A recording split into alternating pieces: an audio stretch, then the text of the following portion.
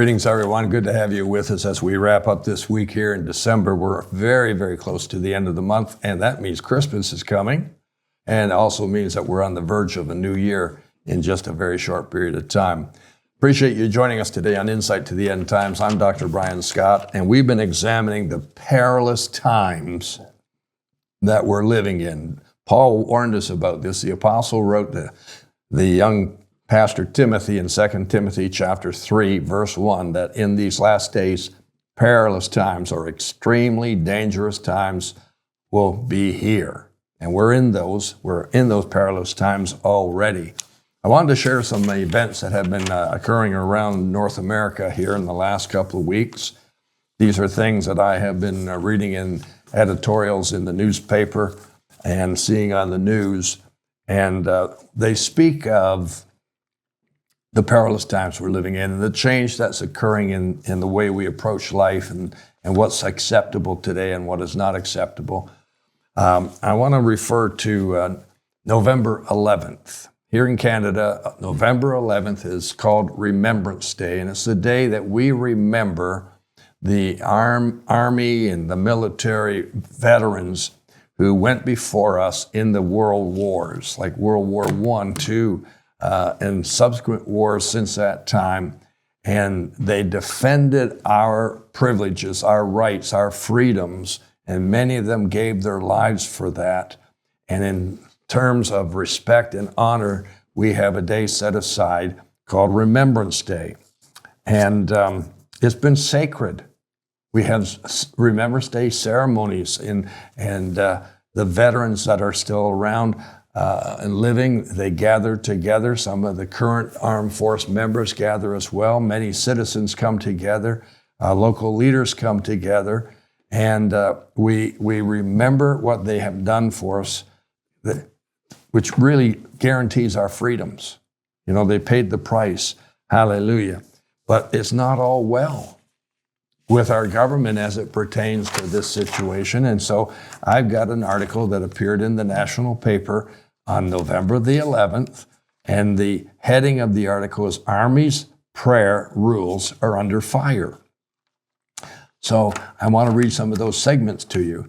It says that the Chaplain General's 2023 Direction on Chaplains' Spiritual Reflections in a Public Setting is still in place.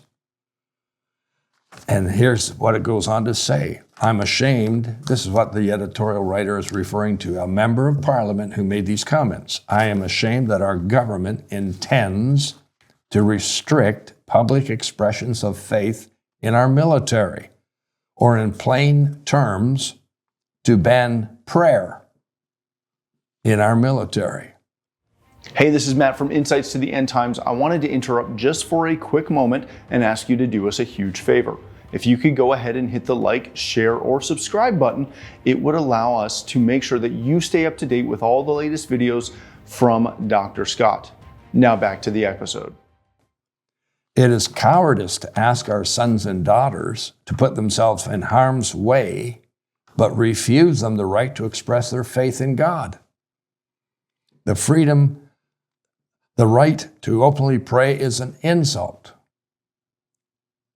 to those who never came home. So it goes on to say that chaplains have been forced to be inclusive in their remembrances at ceremonies on Remembrance Day, and to basically outlaws them from praying. They can only bring reflections.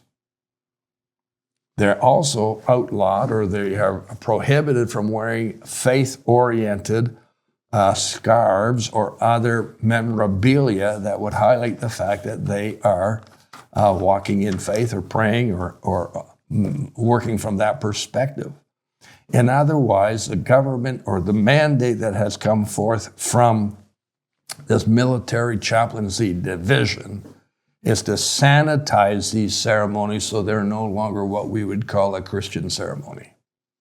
It goes on to say that it's because of a Supreme Court decision in 2015 that found that the state has a duty to uphold religious neutrality in these public settings. So these chaplains are only allowed to bring reflections, not even bring a prayer to support the troops today. To say that a Canadian Armed Forces chaplain cannot speak about God or cannot pray shows a lack of understanding of who is in the armed forces and the fact that they rely on their religion and their faith when they're in battle, on the battlefield. So,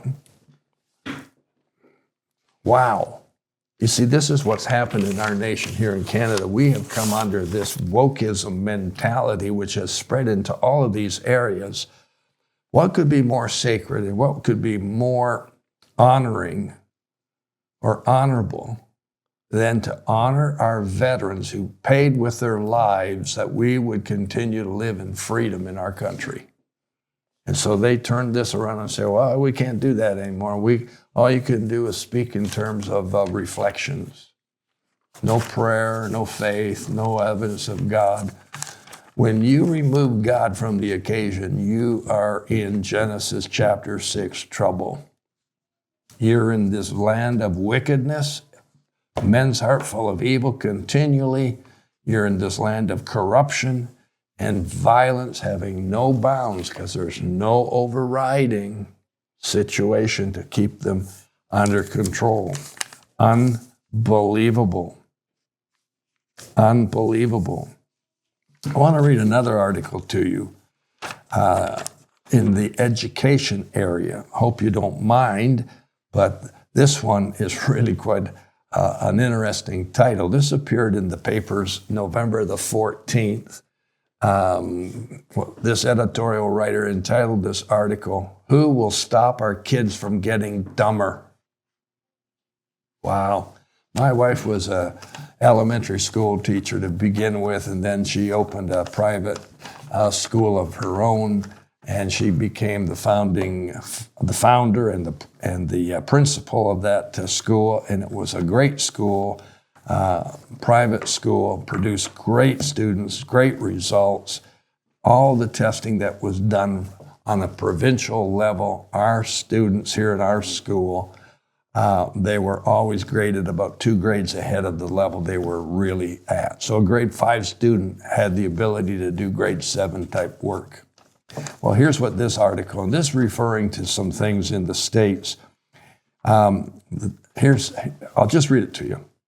News recently came from the University of California at San Diego, where academically the kids are not all right, not even close to being all right. Between 2020 and 2025, the number of freshmen whose math placement exam results indicated they do not meet middle school standards. That's middle school. That would be high schooling, like what we would call grade 10, grade 11 middle school. The States calls that sophomore, junior. So their standards going into university didn't meet middle school standards, and the number of students who fell into this category had grown by 30% between 2020 and 2025. A large share of students have taken additional writing courses to reach the level expected of a high school graduate. So the university launched a remedial math course. In the year 2016, they designed it for a very small number of first-year students. They expected less than 100 students a year, or roughly 1% of the incoming freshmen. Now, they were not prepared these students were not prepared to do any form of pre-calculus courses whatsoever. But here's the issue. The number of students in the course grew to 665, representing 8.5% of the incoming students. They were designing it for less than 1%. They ended up with over 8% who could not do middle school math or middle school calculus materials. Let me read on. The University of California's system no longer uses SAT or ACT as part of their admissions program. or process because standardized tests are considered racist. Oh my goodness. So because they're considered racist, they've had to rely more and more on high school grades. But these high school grades have become inflated that they've become meaningless. Folks, what is wrong with this picture? Wow. Let me read down a little further. We're shifting gears now from the statistic just to overview. Where we risk creating generations of people who don't know how to think critically or laterally or at all, and couldn't successfully articulate what they think in a work email, let alone an essay if they had to. This is where the schooling systems exist in both of our nations. The title was, Who's Going to Stop Our Kids from Getting Dumber? One last statement. In California, as in Canada, absenteeism rates soared during the pandemic and haven't recovered. The deficit is baked into an entire cohort of students for life now. And in California, as in Canada, it's the least advantaged students who are taking it on the chin. So this article is saying, hey, we are in trouble in our schooling system. It's amazingly in trouble. Now, I know here in Canada, especially at the elementary school level, as my wife continues to keep her hand on that or her finger on that, you had to pass exams to get promoted. Now, you get promoted just because. Why? We don't want to hurt your feelings. Here's a university story for you for just a minute. This is coming out of our local university here in London. It's a large university with over 40,000 students. And this comes from one of the professors who graded his students not only on exam results, but also on attendance. And he had students, I would say 3 or 4 students, who were very, very slack about appearing in class. They very seldom came. They hardly studied. When the exams came around, they did not do very well, and so they got a failing grade. And when they got the failing grade, they turned around and they went to the dean of the faculty, not to the professor, to the dean of the faculty, and they talked to the dean, and they said, we have been unfairly categorized here. We have not been treated fairly. This has been prejudicial grading. We studied really hard for the exam. We should have passed. There's no reason why we wouldn't pass except for the professor was prejudiced towards us. The net result of their protest, the dean called the professor in and fired him. We've got the tail wagging the dog, folks. We've got perilous times. We got people who don't do anything correct today, who are living by their attacks. This is so prevalent, it's overwhelming. Here's my last article. I've got so many articles. We could be all year on articles, but here's the last one. This comes from a tremendously gifted editorial writer. I've read her materials for many years now. I respect her highly. She happens to be Jewish to begin with. That's not an issue. It just happens to be her belief system. And she's talking about elementary students, those are junior grades 1 to grade 8, are being Islamized. They're being forced to deal with Islamism in the school system, much to the parents' lack of understanding or knowledge. It says here in this article, all Ontario elementary schools have become fertile terrain, not only for the continuing promotion of anti-Zionism and pro-Palestinianism, but they are being mistaught and have been taught to accept the normalization of Islamic exceptionalism, And this is being applied in a fashion where other groups are overlooked and not ignored completely. So it's focused. It's focused on adopting and adapting Islamic beliefs and so on in schools, elementary schools, where you've got a wide expanse of people, Christian people, Jewish people, etc. But that's being put down in favor of Islamic stuff. Let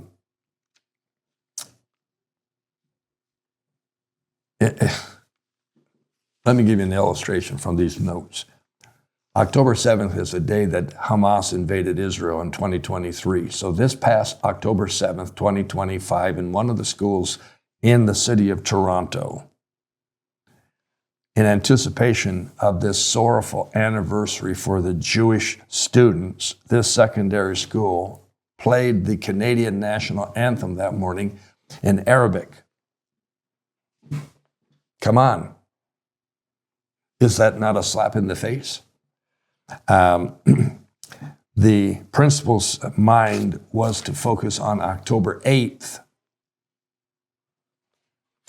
and the Gazan suffering that occurred, but totally ignored the horrendous suffering of the Israeli population that occurred on October 7th. This thing's upside down. There's no fairness here. There's no balance here. It's gone way overboard. And then this article goes on to say that there have been school trips that were promoted as outdoor education, and yet when they got, and the parents signed off on it, and the children were allowed to attend and go to these outdoor education centers with their teachers, but when they got there, it was basically the teaching of a Hamas philosophy that followed, and they were encouraged to be pro-Hamas in their attitude, and they're young students. They're being bullied by the teachers. They're being misrepresented to the parents who are signing off on something that looks like an outdoor educational experience. Another situation where the Jewish Educators and Family Association said that parents are being deceived by the school staff or the school teachers or the school administration, and they are signing off on things that end up being completely different than what they were purported to be. So there's an illustration here where there was a study of indigenous territories all around the world. Well, in Canada, that's a huge issue, as I expressed in our podcast on Wednesday. It's a huge issue, but this was a worldwide indigenous territory. So this editorial writer looked up to see how they viewed Jerusalem and Israel. And when that map came up, Jerusalem and Israel, it came up as Palestine. And there was no reference whatsoever to Jerusalem or Israel. And the Palestine came up, and it was coded in green, I guess, for some reason, and it was green from the river to the sea, which is a slogan that is being followed by the Palestinian warfare against Israel. So my point is this: things are out of whack.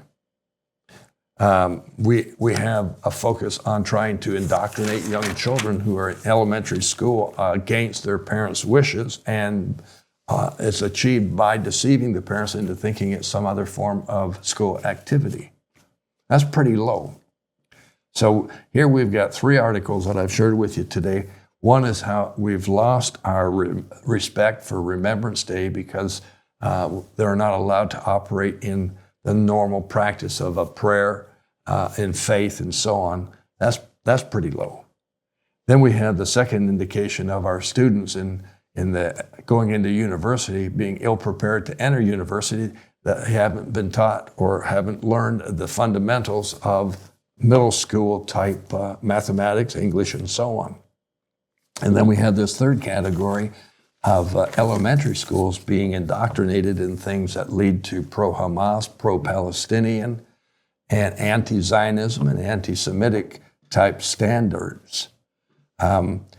Once again, being focused in a direction that the government, the school system, the educators want people to think, removing their ability to make their own decisions, express their own beliefs, keep their own personal freedoms, and so on. These are the type of things that we're dealing with. So I told you I had good news. Here's the good news. In the book of Isaiah, chapter 60, it talks about darkness coming on the people. Darkness coming on the world and gross darkness coming on the people. I guess you could say what I shared with you today would be gross darkness coming on a lot of people. But then it goes on to say, God's glory will shine brighter and brighter and brighter and brighter. God's still in control. God's glory is going to keep shining. The light of the glorious gospel of Jesus Christ is going to continue to shine. We're in the last days. We're on the verge of Jesus Christ coming for the church. I want you to be part of that. I want you to look past all this other stuff and realize our hope is not in the world system. Our hope is in God's system. Praise the Lord. I'll see you next week. We've only got 1 or 2 episodes, our podcast next week because of the Christmas season. May it be a blessed season for you as well. Amen.